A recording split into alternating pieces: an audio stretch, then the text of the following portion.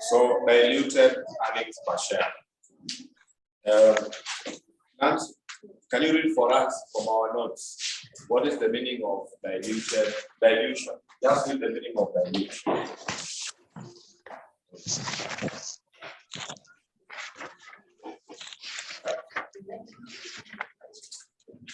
Reduction in earnings per, yes, or increase in loss per share. So dilution is we are not writing. Dilution is the decrease in EPS. So if EPS goes down, we say that it has been diluted. So the question is, how do you determine, or how does that dilution arises? That is what we want to check.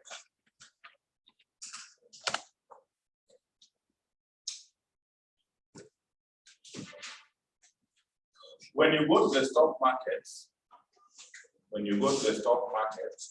today, and you want to invest, let's say you just wake up in the morning, then your account has been credited with 800 million. And it is true, not a dream, 800 million in your account tomorrow morning. Who will attend that tomorrow morning class? Who will do exam next week? Yes, will you do exam? 800 million, just 200 million to 1 billion. Yes, number one, she's saying she cannot even sit for exam. Yes, Beatrice, number two, you will forget about Kiswahili. Yes, so you will find some people called financial advisors. So one of the advisement they will give you there, they will tell you to invest in what? Securities, shares. So when you go to the stock market, we have these two companies. We have company A and company B, and you ask the investor, I need to invest. Which companies are doing better? Then they will tell you currently we only have two companies, company A and B, and in the last financial period, A reported an EPS of 9.48. This one reported 9.31. Where will you invest your money? Just no money. Kila mtu anapeleka pesa which company? Company A, because investment decision is based on the EPS. But that is a very dangerous argument. Because what if these people, they are given what we call convertible securities, potential ordinary what? Shares, the market. Or those potential in the market. What will happen?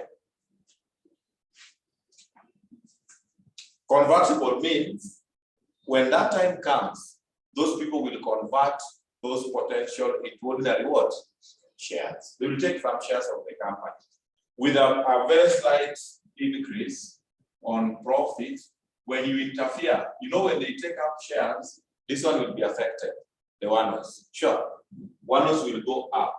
So if you increase one-offs with a slight or without any increase in profit, what do you expect to happen on EPS? EPS will increase or will decrease? It will decrease. When you increase the denominator, you expect EPS to do what? To decrease. So that decrease is what we are calling diluted what? EPS. Sometimes back, I think, I can't recall when, but I think around 2014, 15, thereabout, I read a story about Eveready. How many people found Eveready when Eveready was Eveready? Eveready? And you can tell that, yes, it was a very serious company. Even President was the one I shared before. So what happened? And right now, it is that serious like before? No. So what affected Eveready, actually, they argue, it was this issue here. They borrowed. They gave out securities with this clause. Which clause? Convertible. when you give debts with a clause convertible, then it means that upon the maturity period or the agreed period, these debt holders, these preference shareholders, they will convert them into what? Ordinary shares. When they converted, this is what happened in the Barredi. They had this. They borrowed, and the agreement was not that they were supposed to be paid. The agreement was, we will be paying you interest, but at the end of year 10 or 5th year, you will come and be part of what? Shareholders. So they borrowed and financed the operations. So everything was very nice. They were reporting very good EPS. They were reporting very favorable profit. But when the maturity period came and this people converted into shares, EPS will drop. I can't recall the exact, but by those days, it was giving around, Eveready was giving around 6. 6 was serious. Huh? Even dividends. Safaricom by that time was giving 2 per share. Eveready was around 6. So I could get 6 times. So it was very nice. After conversion, it dropped to around 0.2. So just imagine you join this year, then unasikia sasa ni 0.2. You multiply what you have by 0.2. What you will do is to withdraw your shareholding or you sell someone. And that is now how everybody became down, because people withdrew. Nobody has trust in the company, and that is all. So dilution, one, it is calculated on what if assumption. What if they will convert? So in our questions, don't wait until the examiner tells you that they have been done what? Converted. No. Your argument is this. You have gone to the stock market, and these are the basic EPS of the 2 entities. You ask the broker, because the broker is now the one you are dealing with. You ask the broker, fine, company A seems to be doing better, but have they given out, do they have convertible what? Securities. So if the broker says yes, you tell the broker, do for me a favor, calculate for me EPS on the assumption that those people have done what? Converted. If they convert into ordinary, will it still remain 9.48? Then they will do that calculation that if they come, EPS, this one will drop. It will go to 7.5. Can you check for me B? Have they given out any potential? No. So if this one they have not given, then you have to invest in this company. Because this one you invest for some few period, then once they join, EPS will be expected to do what? To drop. So basic is not a conclusive measure of investment decision. You have to go to what? Diluted. Diluted means what if they will join? What will happen? Tunaelewana? Yes. A normal human being wanasema kukula ugali, unafaa ukule mara ngapi? Nansi unakula ugali mara ngapi? Ile unachukua mboga, ugali, How many times? It should be how many times? Someone is saying 45. 45 is me. Averagely 15. Yes. 15. Lakini kama ulikuwa umepika ugali the same and you are expecting visitors, but now you see you don't know what time they will arrive. Either they arrive after you are finished or they will arrive before. So you check, what if they will come? What will happen? Will you end up with 2 or with 3? So that is dilution. So right there and say, EPS is said to be diluted. Just go stand by.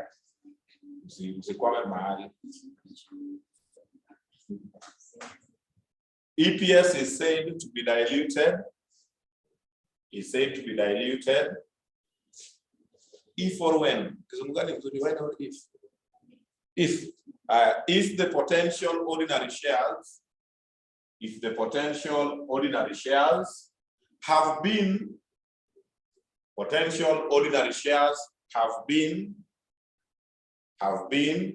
or are to be converted,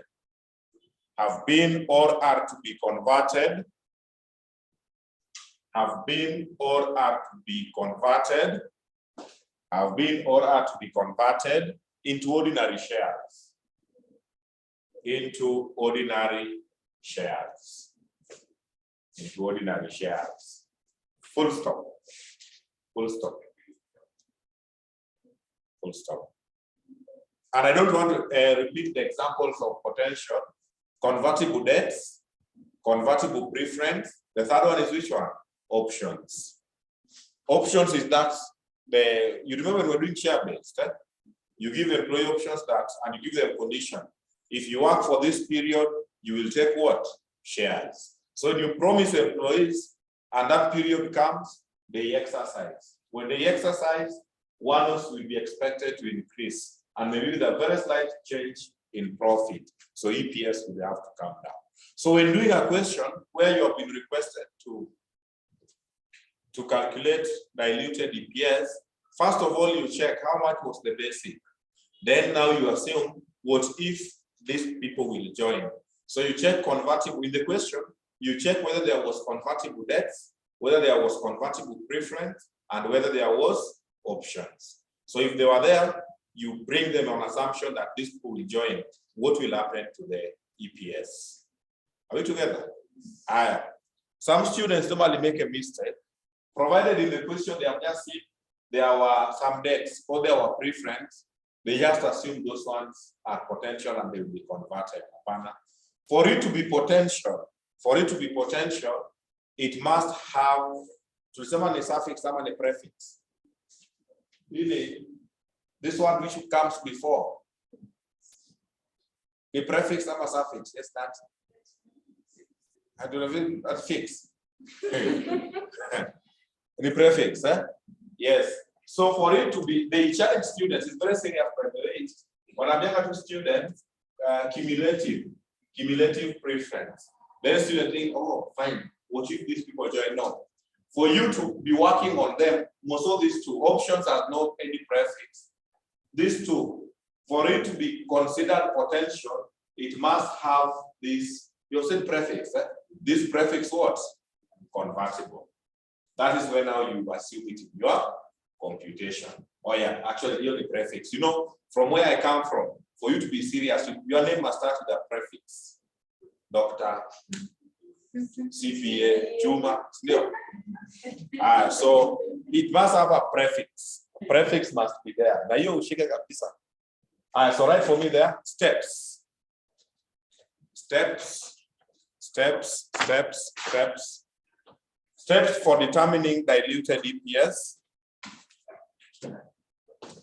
Steps for determining diluted EPS. Steps for determining diluted EPS. So steps are here. Step one. Step number one. Determine the basic first. The basic EPS. Basic is what we are diluting. Determine the basic EPS.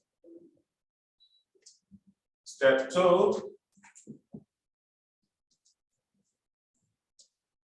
Rank the potential. Rank the potential ordinary. Potential ordinary shares based on their incremental, earnings. Based on their incremental earnings per share. That one I can't explain now. We'll explain it with a question. You just have it. Then step three, determine diluted EPS based on the ranks. In step two above. Full stop. Those are the steps for determining diluted earnings per share. So for you to dilute, you must have basic. So you must calculate basic. Then there is what is called order of ranking. That one will come later. Okay, order of ranking, I can explain it literally. You have three securities: convertible bonds, convertible preference, and there is options. So when you want to check their effect on EPS, you cannot bring them at once. Suleiman, put off your camera. You might suffer bad publicity. Huh? You might find yourself trending for no reason. Be very careful. No, Suleiman. So ranking, I was saying, you check if there are three.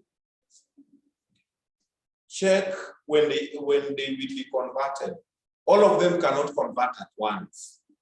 Options to convert fast, preference or bond, which one should come first before the other? Then you bring them one by one, you compute EPS. Another one, EPS. Another one, EPS, in that order. So you rank them based on their effects, based on their effect on the EPS. So allow me to explain that much when we are doing a question. Then when calculating EPS, you base them on those ranks. Down there, you write important notes. Important notes. Important notes.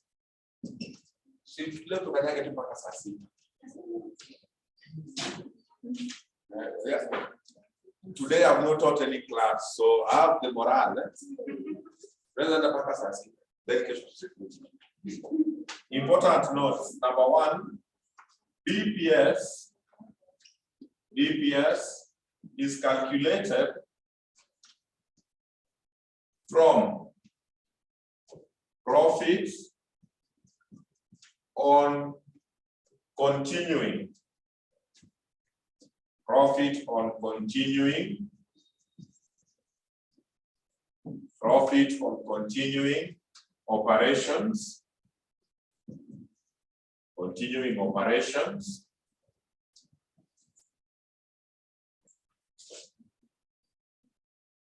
Number two, once a share split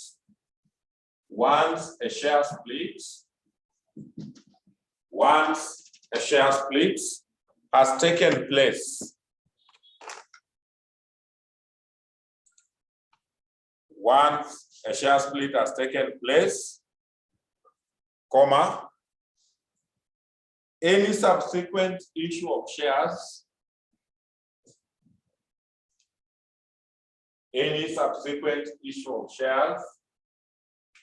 must be adjusted. Subsequent issue of shares must be adjusted to reflect such a split. To reflect such a split or reverse. To reflect such a split or reverse. Full stop. That initially, before we split our shares, the par value was 20. Then you split them. If you split them, par value of 10-10. Any shares which will come now, you have to do what? You split with, to have a par value of 10. That is the meaning. Then in number two, examiner wanapenda sana. They'll tell you that during the year, the parent company reported a profit of 800 billion, out of which 200 billion was profit on a subsidiary which had been done what? Discontinued. So if you have discontinued, then when determining diluted, diluted is futuristic, because we are assuming what if they will. What will be the EPS? So you will work with those which are doing what? Continuing. However, when calculating basic, you combine both discontinued and what? Continuing. The reason being, companies can predetermine that this company, one of our subsidiaries, is seriously making losses. And when we do consolidated books, that loss will reduce our profits. Yes, that loss will reduce our profits. So if we reduce profit, EPS will go down. Na tutachekelewa na competitors. So what they do, they predetermine in advance. Then they dispose of that subsidiary. Then once they dispose, they remain with the profit making. They calculate favorable EPS. Investors wanakuja, then they buy back their subsidiary. So the rule is, provided that subsidiary was there during the year, give us the profit of that which you discontinued up to the date of discontinuation. Then you add with the ones which are doing what? Continuing. So basic, you calculate both. Wakikwambia it was 800, 200 was discontinued, don't subtract. Work with the entire what? 800. So for basic EPS, you will use profit from both continuing and what? Discontinuing. While diluted EPS, we only calculate from profit on what? Continuing operations. So basic, you don't subtract. Don't subtract the discontinued. You work with it the way it is. Correct. Nothing else. Let's make an illustration. So make an illustration.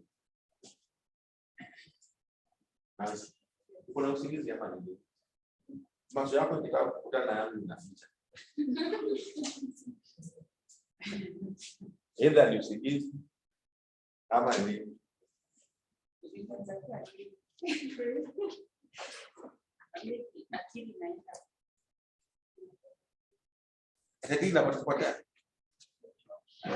akili kipotea na pea kwa nyuma rula sio anajam start. So right for me illustration September 2021. September 2021. I don't know which question. Yeah. December 2021. September 2021. I've gotten the question. Question 2, page 14. Page 14. Question 2. Page 14. Question 2. Question 2, page 14.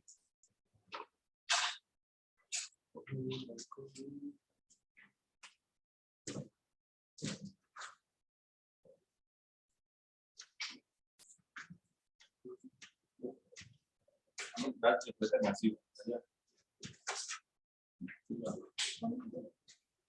I'm not going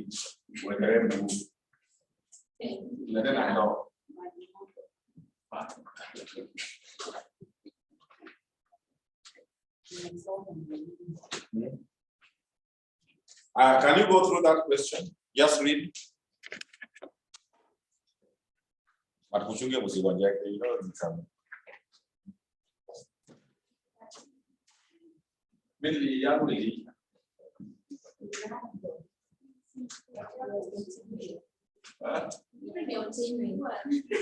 Why is continuing operation?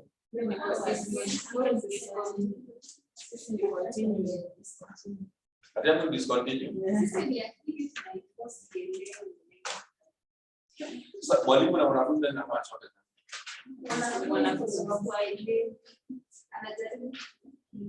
So, mwalimu anasimama na anaongea. Na anatafuta pia anatafuta wenye wanalala. Wewe toka kiroho. I read for me that question. Right. Ndio toa yake. Funge kwa kiuno. These are serious.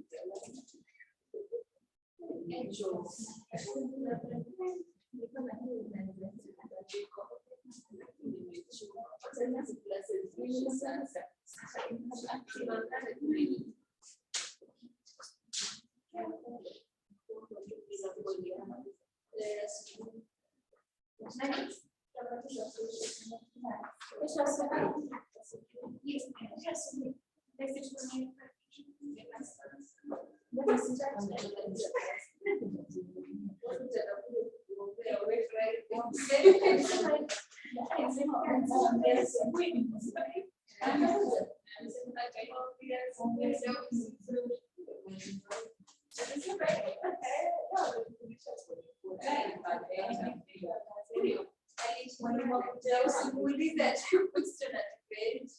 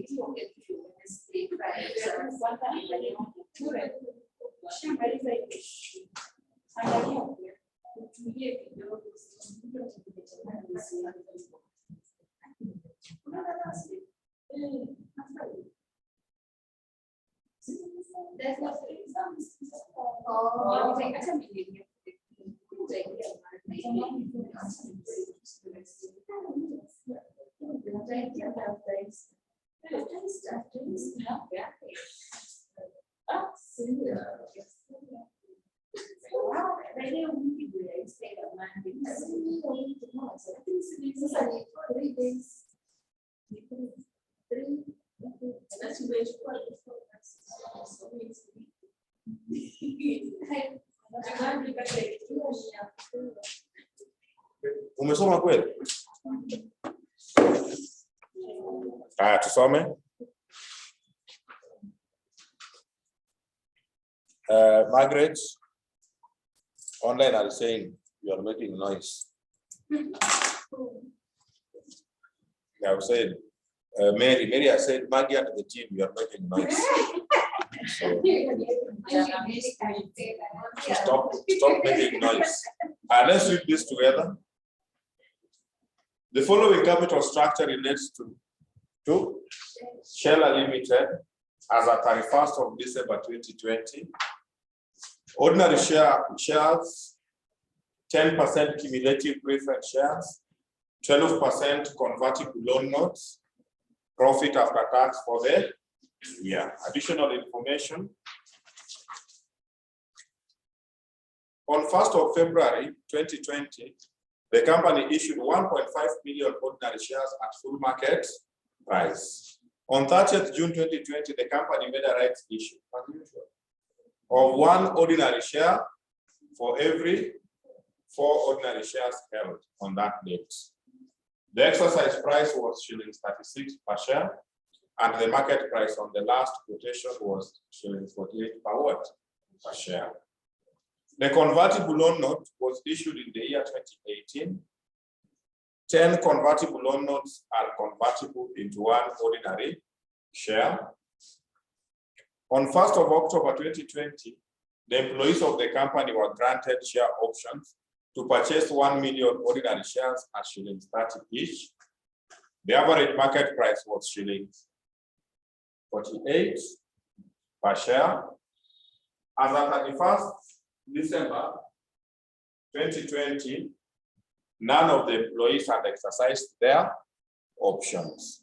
Tax rate is 30%. Required basic earnings per share for the year 2020 in conformity with IS number 33. Then diluted earnings per share for the year ended 31st December 2020 in conformity with IS number 33 earnings per share. So let us start with basic. You cannot go to diluted without having basic. So we start there by saying basic EPS. We said we have all our answer. Yes.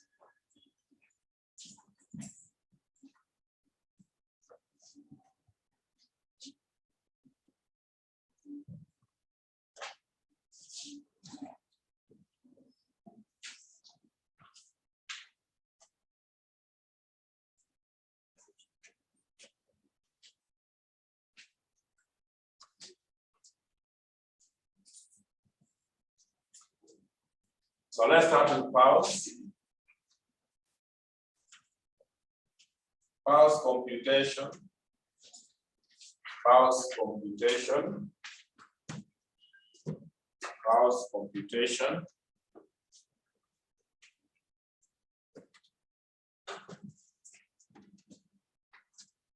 Powers computation.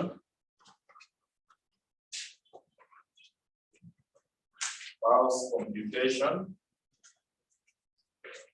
So powers computation. Shillings they are working in thousands. So shillings are in thousands.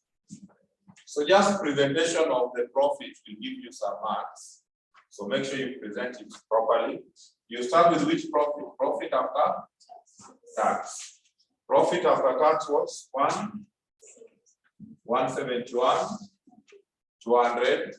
What do you less? Preference dividends. So you less preference dividends. You less preference div.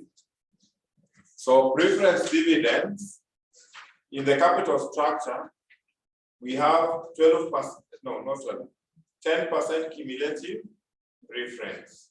So the dividends will be 10% of how much? Of 40. So 10% of 40 is giving us 4,000. Therefore,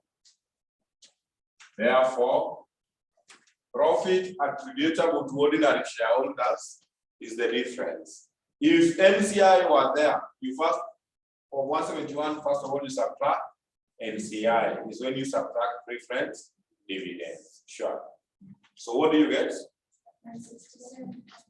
167, 200. Give us there. Then now, I want us to go to one-offs, but there was a rights issue. Sure. So when there is a rights issue, 3 steps. Get the share movement, calculate the exercise price, is when you do the weights. So share movement,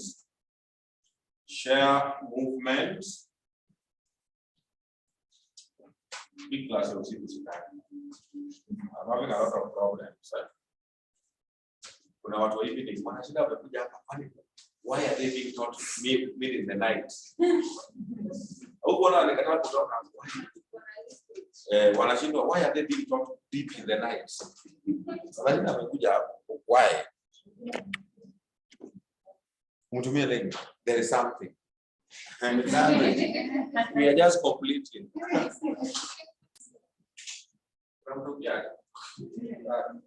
So dates, details, and what? Shares.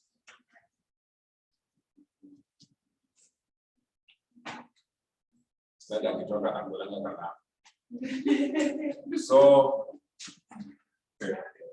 dates, you start from the first date of the year. That year is ending when? December. So 1st January. So there are some people normally ask, how did you know? That it should be January. Check when it is ending so that you know when it's supposed to start. So 1st January 2020. Details, what do you want us to write? Balance brought down. So balance brought down. How many shares? You work with the number of shares. Umeshakuwa sawa, ndio? So it is 60 in monetary value. So divide by 10. So ukifikiria umechoka, kuna watu wa kuganga. Hakuna mtu amechoka ni kwa mdomo tu. Haya, so 6. Sambia neighbor kumbe unadanganya hapa. Wewe unapeana sasa. Na tusikizana sisi wote tumechoka. So go to the notes. Deal with all the additional information to check those share movements. Note 1. On 1st February, right there, 1st February, hata baada ya kuna kitu serious, it's not serious. Just relax. So the movement. February, what happened? So the new shares. They gave out how many new shares? 1.5 is 1,500. Because you are working in thousands. 15. Number 2, on 30th June. On 30th June 2020, what happened? So there was a rights issue. So rights issue, you check the basics. Rights issue, check the policy. They will tell you they were giving this for this. So how many ordinary for how many? 1 new ordinary share for every 4. So they were to get 1 for 4. How many are we holding? Because it's 1 for 4 you are holding. 70, 75. We have this and this. So we are having 75. So a quarter of 75. 1875. Correct? That is gone. Let's go to number 3. Build a pressure. Hata usijipe pressure. Pole. Bora tu unajua kizungu. You are good to go. The convertible loan notes were issued in 2018. 10 convertible loan notes are convertible into 1 new ordinary share. But have they said they converted? No. So that is irrelevant. Don't bring it here. They have just said if they will wish to convert, they will get this for that. But they have not said they converted. Unless they say this number of loan notes were done what? Converted. Then that is a different story. So, correct. Number 4.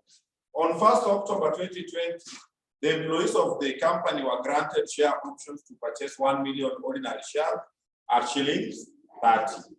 The average market price was 48. As of 31st of December, when we were closing, none of the employees had exercised the option. That means they are exercise. So there is nobody who took shares. Quisha, we are done. So how many? 93.75. So can you calculate for me X rights price now using that note number 2? Use note 2 to give me X rights price. Now it is high time you have to know how to calculate X rights price.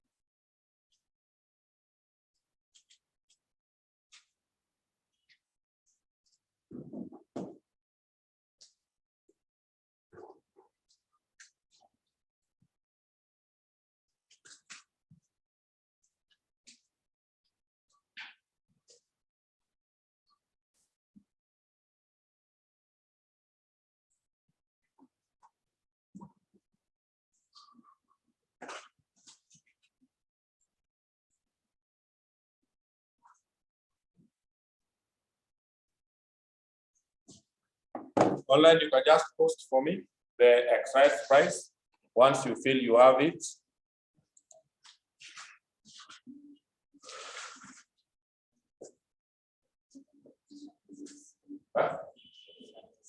45.6. Let me get from online. Online, what are you getting? Physical or we can answer here. Once I get one answer from online, we'll be able to proceed.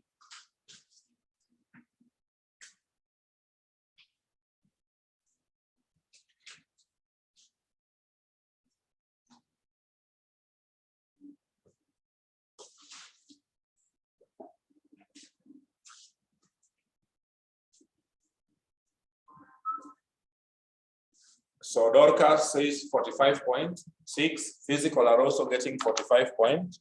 So it is easy, isn't it? It is, you are getting how many new? One new for what price? The exercise price is 30 what? 36. So this one new will be valued at 36. For what old? 4. So for 4 you are holding, but the 4, what was the market value by them? The market price on the last quotation was material 8, giving you.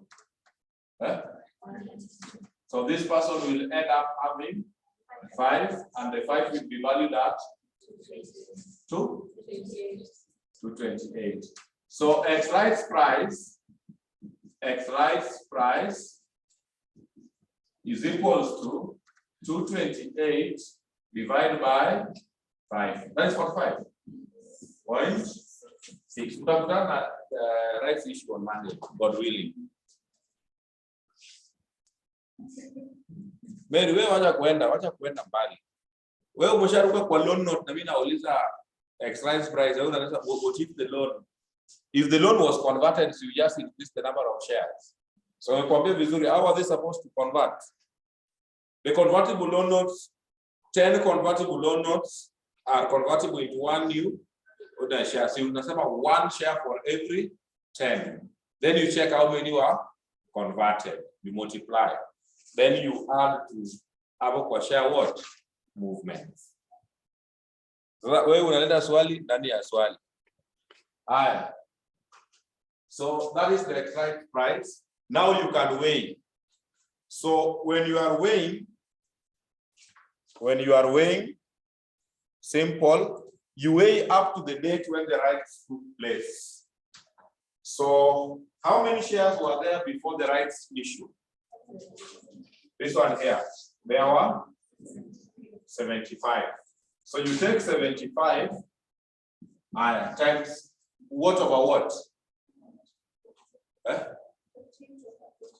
48 over 46. We have been explaining so many times. Now we don't have that time.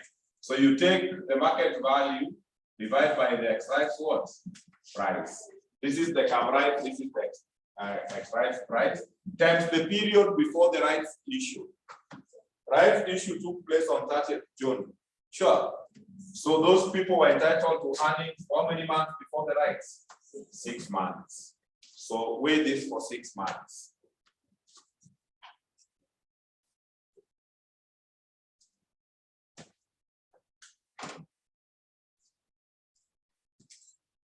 Copy? 29. 39. 47.4. Then bring now shares after the rights issue. After rights issue, we are having how many shares? 93.75. So you take 93.75 times the remaining period. Remaining period is how many months? 6. So 93.75 times 6 months. That one comes to 40. 5. Can you add the 2? Now that is the ones.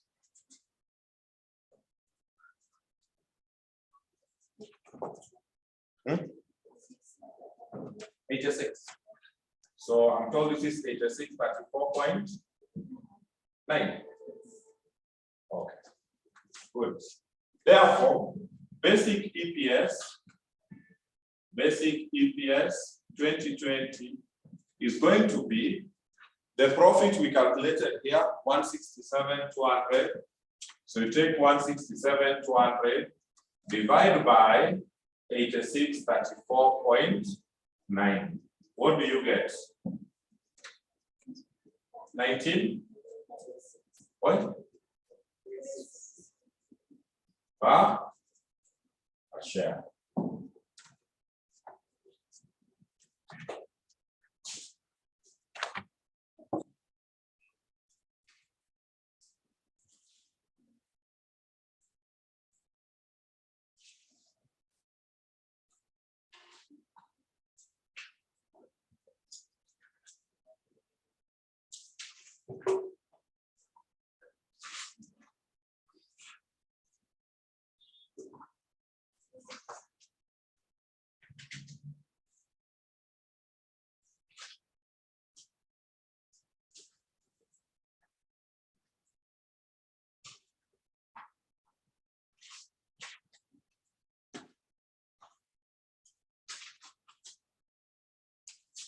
Full stop.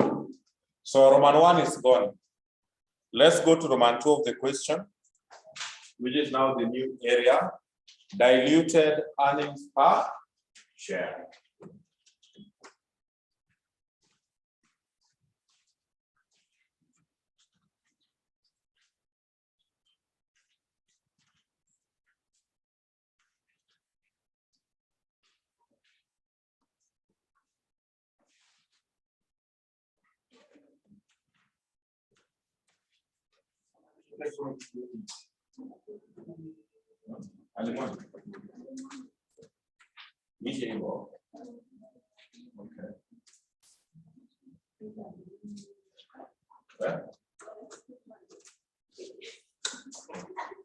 Really, I'm at 11. Then now we want to go to dilution. Diluted EPS. So when you want to conduct dilution, what you do, one, check which are the potential ordinary shares in this question. Sometimes I call them securities. So which are the securities in this question? You must identify them first. So can you identify them, please? From top, ukiteremka chini. Which is the first one, which you can see? Convertible what? Convertible loan notes. Preference was not having the word what? Convertible. So it means they are not potential. They will never be converted. So the one which is potential is this one here. The 12. So let's identify them first. We have 12% convertible what? Loan notes. Then the other one is options. The option click on. There was options. There are only those two in this particular question. Mostly there are three: convertible preference, convertible loan notes, and options. So here we had only these two. So what we want to do, remember the process of calculating diluted. How many steps? Three steps. Ebu, kindly check for me the steps. Those steps. Just pitisha macho.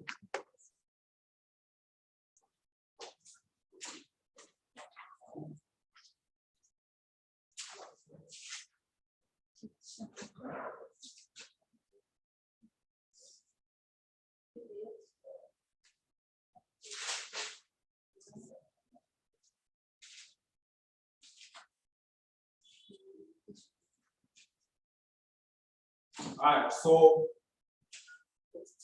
is it there kusoma? Umesoma? Okay. Tell me step one. Step two.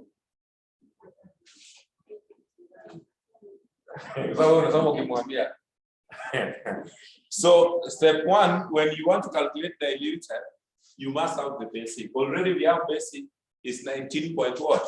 Something there. So already we have basic. 2, we want to check where these people will join.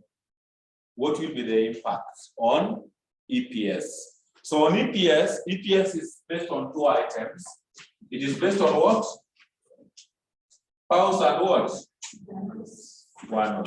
So what you do, you pick each. You pick each. This one here, you say when they join, what will be the impact on the company's what? Profit. What will be the impact on the company's shares? Then, once you are done with that, you check of these 2. Which one is having the least impact? Which one is having the highest impact? Then assumption is, when we want to convert, the ones with the least impact will be the first to join. So we want to assess the impact on profit and this. That one will help us to run which one has the least and which one has the highest. So let's start with the first one. 12% convertible loan notes or loan notes.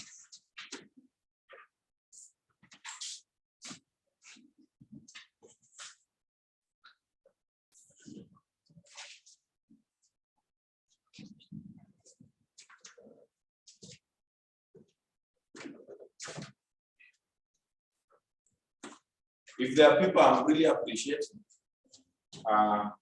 and I owe much respect, not even your family members, the level of understanding they have, tell them I appreciate. They really understand, because otherwise, see, you are the one who is making these people. So I appreciate their understanding.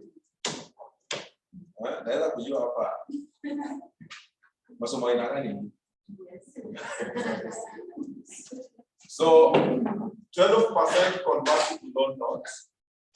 We want to check for each security, you check 2 items. The impact on profit and the impact on what? Shares. So you come and write here, incremental earnings. Incremental earnings. Listen and listen carefully. The loan note holders, how do they affect the company's earnings? What impact do they have on the company's earnings? What do we normally pay them? Only company? Loan note holders or only company? Secure loans in interest. Yes, they are always paying interest. So your argument will be, when they, the broker and prepare advice, when they convert, they will cease to get the what? The interest, which we have been paying them. Because now they are coming to be ordinary shareholders for only for dividends. If there is profit, sure. So you argue that these people, they are always paid what? Interest. When they convert into ordinary, they will no longer get what? Interest. So the company will save what we have been paying them as interest. We are going to save because they will no longer receive what? Interest. So incremental earnings for loan notes, debentures, bonds, just calculate the interest. So interest is 12%. What was the value of the loan notes? The value of the loan note was 50. So 12% of 50. However, kuna kitu kidogo hapo inafanyaga mtu application bila kujua. Very small. This is the interest. See what alliance? See alliance. How wengine? So yeah, inafanya watu application paino. Unasikia kuliko mimi kujileta. Jina yangu sikuandika. Uiongeze hapo. The assessment we are carrying on we are checking, you know, for us to arrive at pause, tunakuanga tumetoa dividend, inakuanga profit after tax. We start from profit after tax. Interest, even in finance, unaambiwangwa na mwalimu, interest is 1 minus what? T. Because, you know, the profit we are assessing is profit after what? Tax. But interest normally comes before tax. Sure. So inakuanga profit before, unasemanga EBIT. So EBIT unatoa interest kwanza, you kuja utoe tax. So to go back, you have to cross it back. You take 1 minus T, which in our question tax rate was what percentage? 30. So you multiply here by 0.7. So that is what students normally forget. So mtu anakuambia wow, leo ilikuwa sawa. Na unasikia however. So don't. The only question I have before you post for me the answer, when were these loan notes issued? Because if they were issued within the year, you'll only assess for that period to the end of the year. When were they issued? Note number? Number? 3. Mora check note number 3. Ebu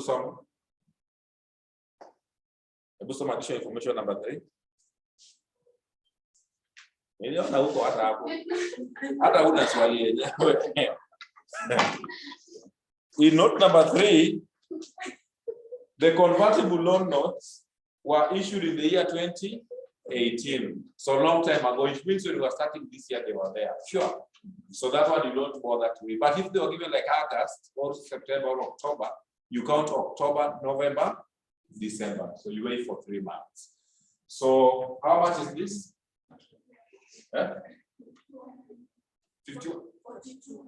4,200. Have it there. So when they convert, the company will save. The company will save 4,200. This is the interest they have been every year. But when they will convert, you know, it's a nice argument. How much are you paying them every year? We are paying them 42. When they convert, the company will save how much? 42.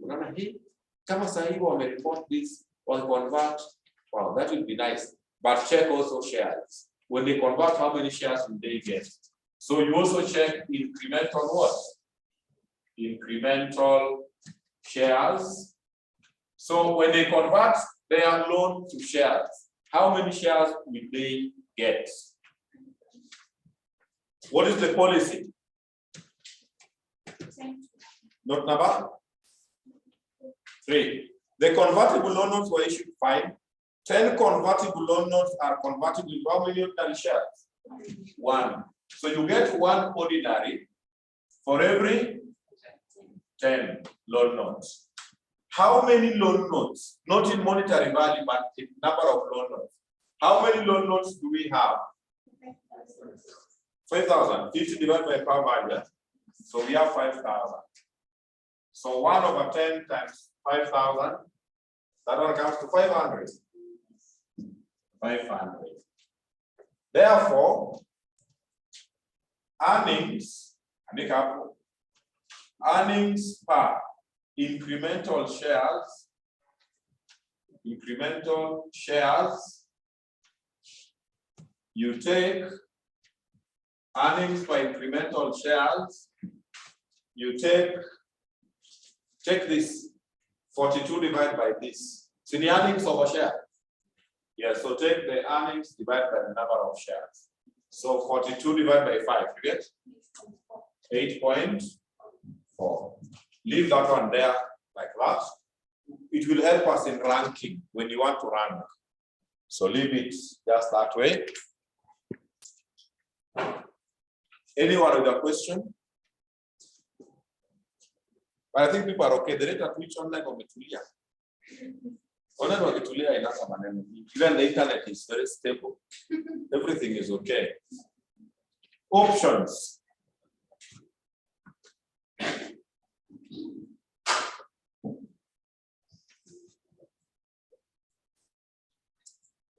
Options. The same thing. Options are to employees. Sure. So you argue when employees come, what will be the impact on the profits? What will be the impact on shares? So incremental what?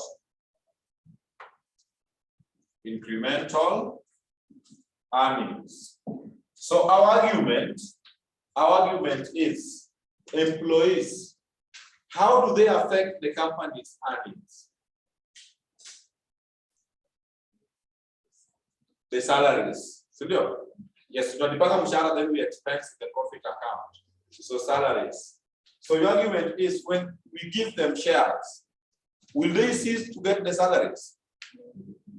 Leo, employer kwambie, we have sat down as the management of this company, and we have realized that we need to give you shares on condition that now you will not be getting your salaries. Okay, so what kind of shares? They give you your money, you go and buy your own shares somewhere. So employees, you cannot tell them that you will give them shares, then they cease from getting what?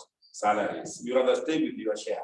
So in any dilution, any question on dilution, incremental earnings for options is always zero. You only free take. Always zero. Then incremental shares. At least.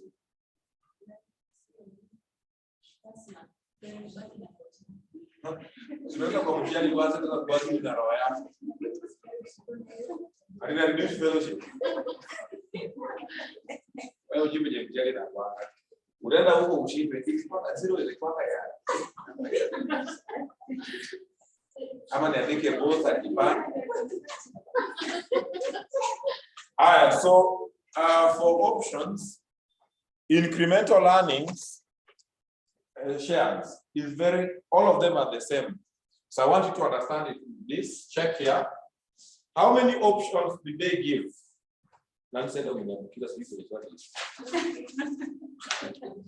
How many options were there? The employees of the company were granted share options to purchase 1 million ordinary shares at shillings 30. The average market price was how much? 48. So check here, this is how it is done. I will illustrate it here. In the next questions now, I'll not be bothering with so many issues. The 1 million, what was the market value? The market value was 48. However, they gave employees to exercise at what price? 30. So now, 30 is not the increase. When you want to get the incremental, you know, they were told to exercise at 30 when the market value was what? 48. So the incremental is this different. Those some students say, how does it become incremental now? They are giving at a lower value to entice employees to take more. So the difference, you check the difference between the market value and the exercise what? Value. Because the market value already is 40 what? 48. So you come and say, what about the incremental of 18? That is what you check there. So you come here and say, so you just cross multiply 18 times 1 times 48, but this is how we do it. Done this way. You say it is 1 million times, what in millions?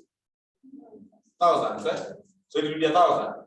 So it's 1,000 times 48 minus 30 divided by 48. Does it make sense from what we have said? See 18 over 48. Yes. So you take that incremental. The incremental is the difference between market value and the exercise price. However, in which month did they give these options? This year. So they give this year. Then these people cannot be entitled to the one who must be weighed. For how many months? October, November, December. They can only be entitled for how many months? 3 months. But if they were a long time ago, you don't have to weigh.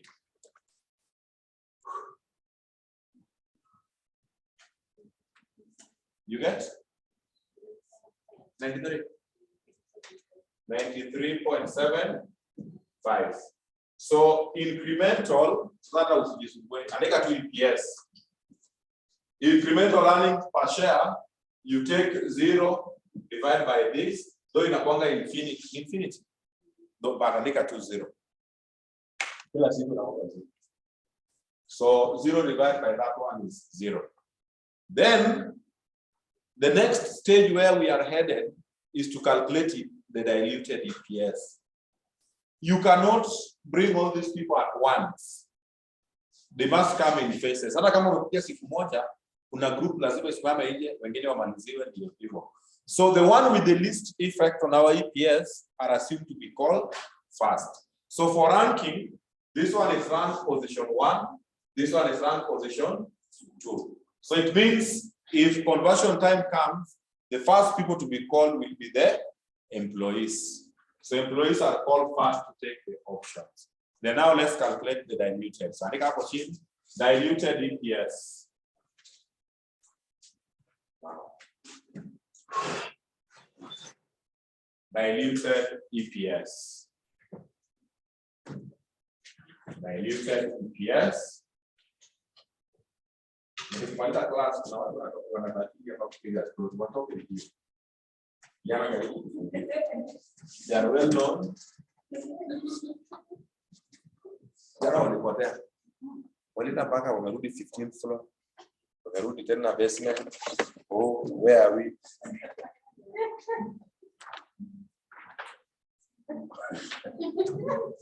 Alright, so let's have here DPS computation.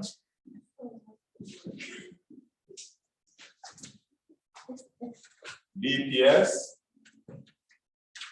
So potential ordinary shares, you can call them securities. You call them securities. Then earnings. Earnings is the powers. Earnings is the powers. Shares. Shares is the one-offs. You will divide and you will get DPS. The diluted earnings per share.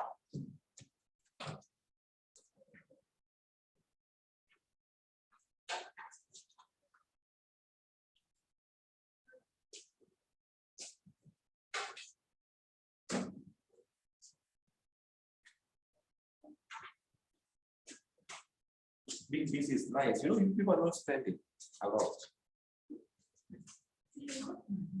You people are not spending a lot because you are busy. You know, like today from early morning, you know, I always have class early morning. So it's a way of saving. Leo sijakuwa na class. Zile meetings nimeenda. Meeting. You end up spending a lot in a day. So I don't know after exam. Nancy, you said you have a mission to go ahead. Dubai ukiwa kwa ndege ukifikiria haifaa. Wewe kuzikisha kwa barabara. Suleiman, does it mean wherever there is option, we don't have to calculate its CPS? Who said? You will have to. You will require those figures. Upper two, you will require them. You will require the 0 and you will require the 93.75. So anasema because kila siku ni 0, tuachane nayo. You will need it. You will need na hiyo 0 pia iko na mark. So don't leave it aside. Alright, so what do you want to dilute? What are we diluting? So the basic. So before you start, you say from basic. From basic EPS.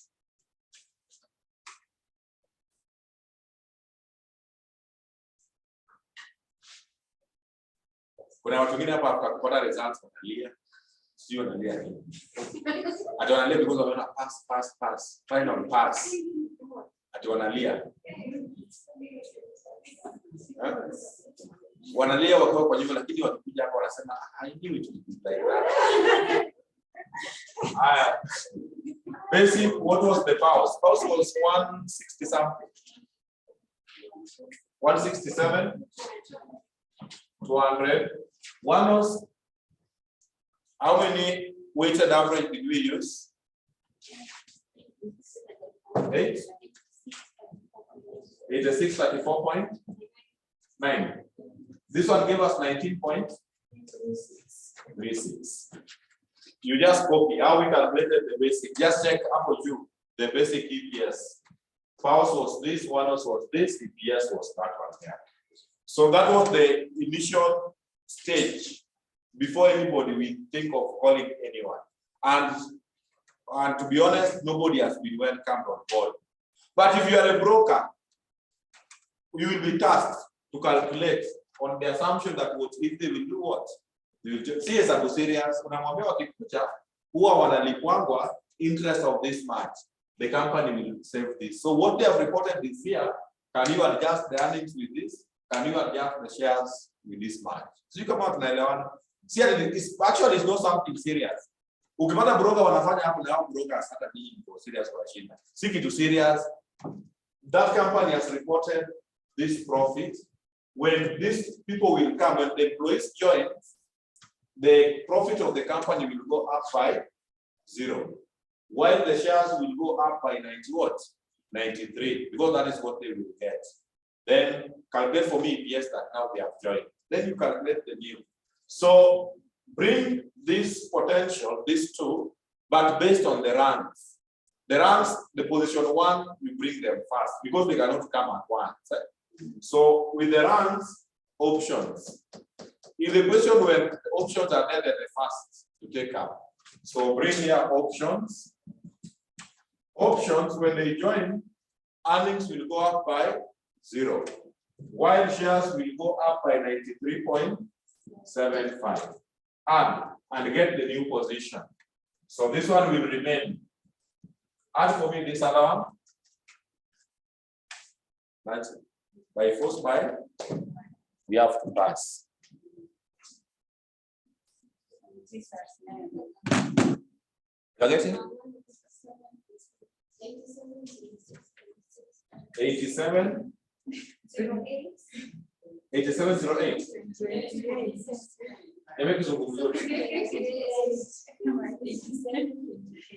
87 28 65. But is this close with things you are telling me? So give me the new EPS, take this, the new earnings, divide by the new share. 19.16.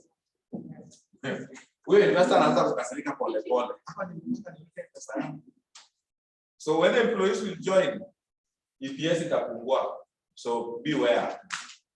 19.16. Now even the assumption we are using is very bad. You know, we are using the assumption that this profit will just remain the same. We are just increasing what you have been paying them. You know, the powers we are using is the profit which was reported this year. So we are assuming that profit will remain constant. Then we are topping up the new increase. So if that profit will remain like that, if they join, EPS will drop like this when employees join. Bring position 2.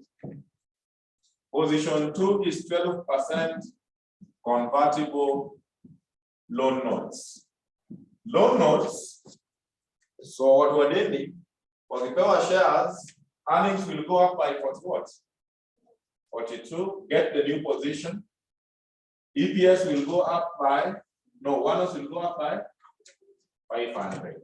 Can you get the new position? New position, divide, get new, yes.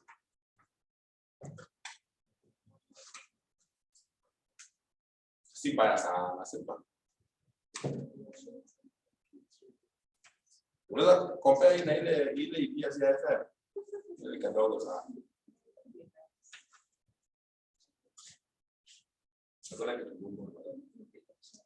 This one is 171. One was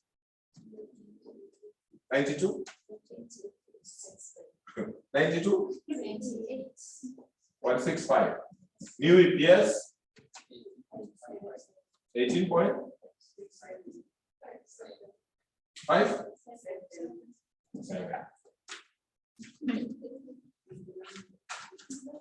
Sasa anakuambia, the broker tells you, mzee, decide. Huh? The worst for the worst, it can go to 18.57. So you pick the least, not the last. This is a coincidence. The last is the least. Sometimes another part of the list is up katikati. So you pick the least. Therefore, diluted EPS will be shillings 18.57 per word per share. The least, not the last. The least, not the last.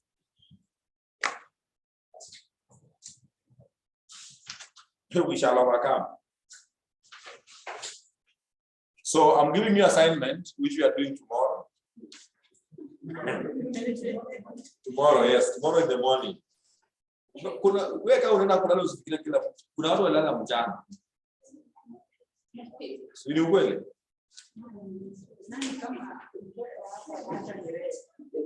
No, there are some people who slept during the day. So let me just give assignment of question I want us to do. Actually, tomorrow I want us to do 2 questions. Yeah? Basic. I don't want basic.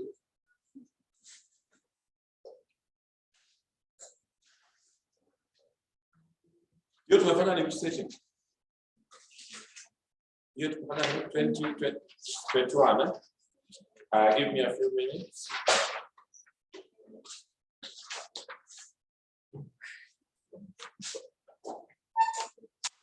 Tomorrow be here by 6:10.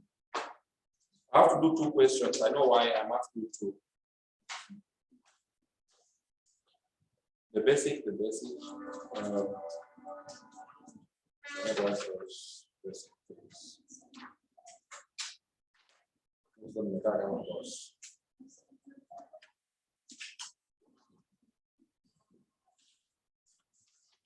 But you see, other time inaisha bila kujua.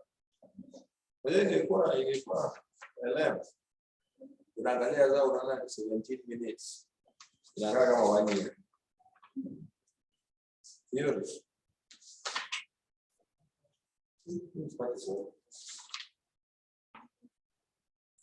The basic, then the diluted. Yes, this is nice. Page 48. Page 48. Page 48. So that is, let me check the 3 things. May 2019, just right. May 2019. May 2019. Question 4B. Question 4B, page 48. So let's meet tomorrow very early in the morning. We do that question. And not probably. There's a question I have to do because it has a different concept with all these others. So we have to do 2 questions tomorrow. Let's settle by 6:10. If you know you will not make it here by 6:10 because Masama fatigue, you get online wherever you are. Alright. Nancy, si TV yako inaweza ingia TV yako inaingia kwa Zoom. Unahakisha TV alafu unabaki kwa blanket. So ni macho iko nje na mkono. Without straining. Online, thank you. You can log off.